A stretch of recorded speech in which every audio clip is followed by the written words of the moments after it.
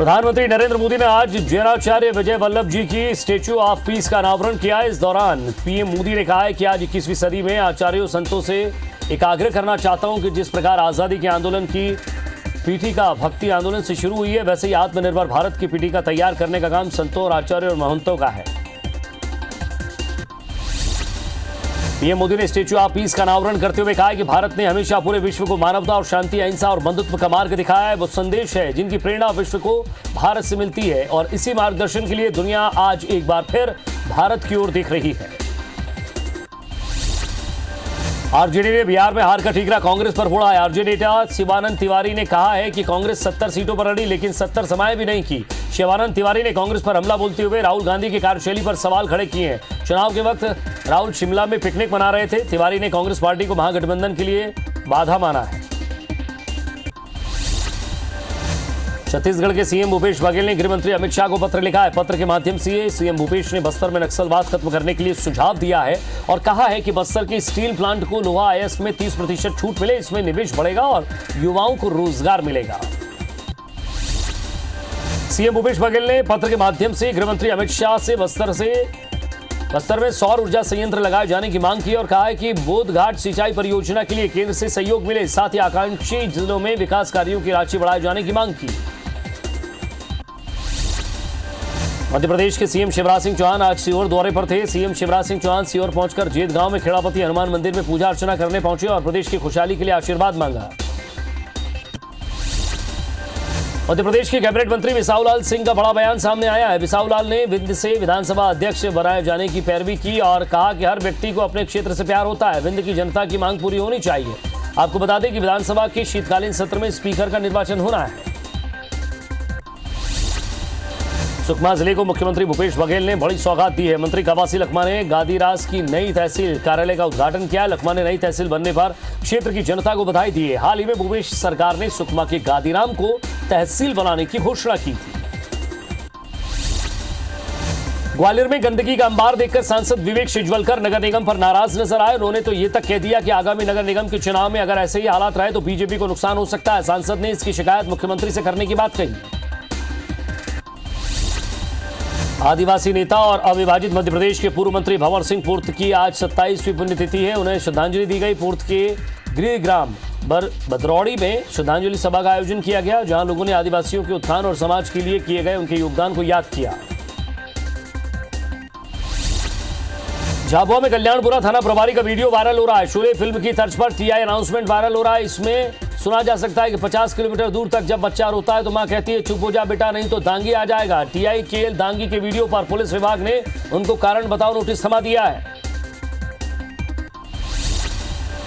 इंदौर के एमवाय अस्पताल से नवजात की चोरी हो गई है। नर्स बनकर महिला ने वारदात को अंजाम दिया। वहीं पूरी घटना सीसीटीवी कैमरे में कैद हो गई है। इधर घटना के बाद परिजनों ने अस्पताल में जमकर हंगामा किया।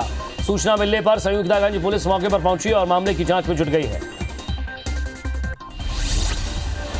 बलरामपुर जिले के राजपुर थाना इलाके में एक युवती से गैंगरेप का मामला सामने आया है। पीड़िता के रिपोर्ट पर पुलिस ने एक आरोपी को गिरफ्तार कर लिया, लेकिन दूसरा आरोपी फरार है। बीते 2 दिनों के भीतर राजपुर में रेप की दूसरी वारदात है।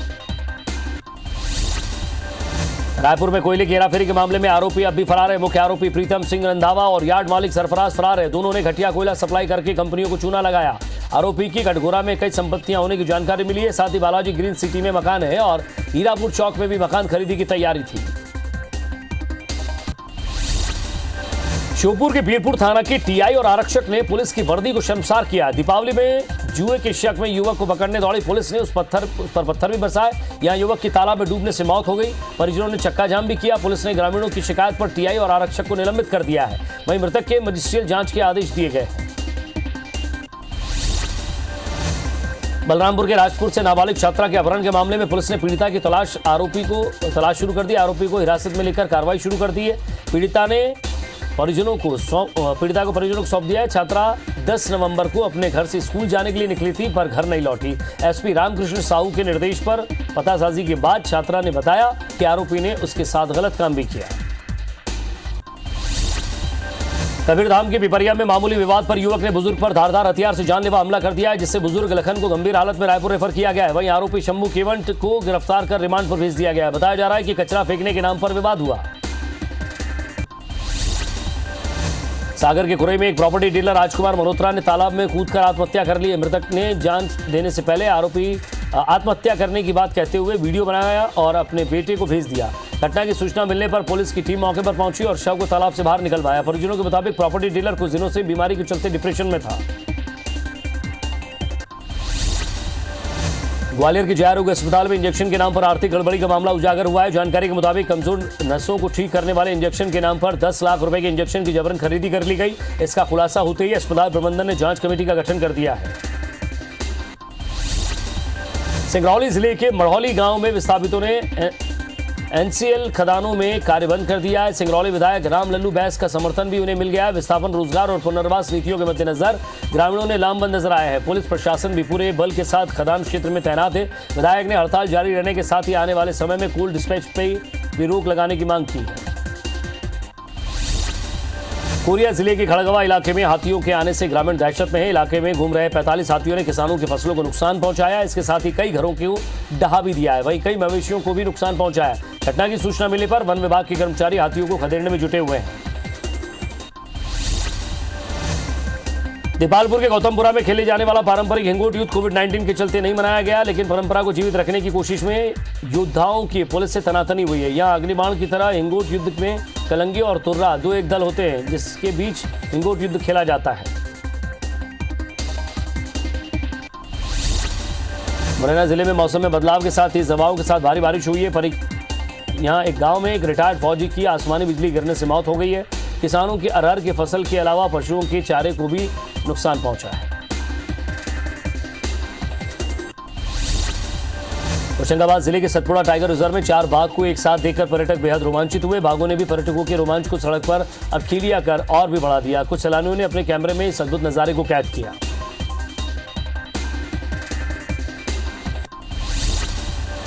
देश के 3 राज्य ओडिशा, तमिलनाडु और हरियाणा में आज से स्कूल कॉलेज खुल गए हैं। हालांकि कोरोना के चलते छात्रों की संख्या सीमित रखी जाएगी। साथ ही छात्रों को मास्क पहनकर स्कूल आना होगा। इसके साथ ही स्कूल में सैनिटाइजर की व्यवस्था और सोशल डिस्टेंसिंग का पालन करना अनिवार्य होगा। दुनिया भर में कोरोना संक्रमितों की संख्या 5 करोड़ 48 लाख पहुंच गई। वहीं कुल मौतों का आंकड़ा 15,34,000 के पार पहुंच गया है। अब तक दुनिया में 3 करोड़ 81 लाख से ज्यादा मरीज ठीक भी हुए हैं। वहीं दुनिया में 1 करोड़ 53 लाख एक्टिव मरीजों का इलाज जारी है। विश्व में कोरोना संक्रमण में अमेरिका पहले नंबर पर बना हुआ है। देश में कोरोना संक्रमितों की संख्या 88,45,000 के पार पहुंच गई है। देश में अब तक 82,47,000 मरीज ठीक होकर घर जा चुके हैं। वहीं कोरोना से अब तक 1,30,000 से ज्यादा लोगों की मौत हो गई है। देश में एक्टिव केस लगातार घटते हुए 4,65,000 के नीचे आ गए। हालांकि पिछले 24 घंटे में 30,000 से ज्यादा नए मरीज सामने आए हैं। मध्य प्रदेश में कोरोना के 870 नए केस मिलने से संक्रमितों की संख्या 1,83,000 के पार पहुंच गई है। प्रदेश में 7 मौतों से कुल आंकड़ा 3,090 पर पहुंच गया है। वहीं 722 मरीज के डिस्चार्ज होने से कुल आंकड़ा 1,71,000 पर पहुंच गया है। वहीं 9,146 एक्टिव मरीजों का इलाज जारी है। वहीं इंदौर में अब तक 35,000 से ज्यादा केस मिल चुके हैं। छत्तीसगढ़ में 24 घंटे में कोरोना के 530 नए मरीज सामने आए हैं। 2,10,000 को पार कर गया है आंकड़ा। वहीं एक्टिव मरीजों की संख्या 19,087 पहुंच गई है। 16 मौतों से कुल आंकड़ा 2,578 पहुंच गया है। प्रदेश में 623 मरीज डिस्चार्ज होने से कुल आंकड़ा 1,88,000 के पार पहुंच गया है। राजनांदगांव में 39, दुर्ग में 26 और रायपुर में 50 नए मरीज मिले हैं।